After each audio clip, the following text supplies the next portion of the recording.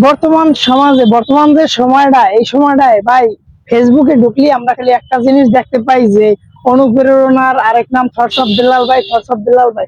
এই ভিডিওতে কিন্তু ছড়াই গেছে। ফেসবুকে ঢোকা মাত্র, ইউটিউবে যাবেন, টিকটকে যাবেন, যে কোনো সোশ্যাল মিডিয়ায় ঢুকবেন, দেখবেন খালি একটাই ভিডিও যে থটস অফ বেলাল ভাই, থটস অফ বেলাল ভাই। আসলে সেই যদি অনুপ্রেরণার আরেক নাম হয়, তাহলে যেই বাবা মা তোমাকে শিক্ষা দিয়েছে, ছোট থেকে বড় করছে, এত কিছু করছে, লালন পালন করছে, তাদের সবকিছুই তোমার দ্বারা কি মিথ্যে হয়ে গেল? সবকিছুই কি তাদের ভুয়া হয়ে গেল? কে কে কি করলো, কয় টাকা ইনকাম করলো, এই ভিডিওটা দেখাই তোমাদের কি আসলে অনুপ্রেরণা? তোমাদের যে যে শিক্ষকরা যে দিন রাত পরিশ্রম করে, কষ্ট করে, যে তোমাদেরকে পড়াশোনা করাইলে, একটা একটা সার্টিফিকেট অর্জন করাই দিল, একটা স্থানে নিয়ে দিল, আসলে সেই শিক্ষকরা কি আসলে কি তাদের যে এগুলো এগুলো কি কোনো অনুপ্রেরণা না? শুধু খালি থটস অফ বিল্লাল ভাই যে 3 মাসে 45 লাখ টাকা ইনকাম করছে, এটাই কি তোমাদের কি অনুপ্রেরণা? এটা যদি হয়, তাহলে এই সমাজের মানুষের সবাই চিন্তা ভাবনায় বলিস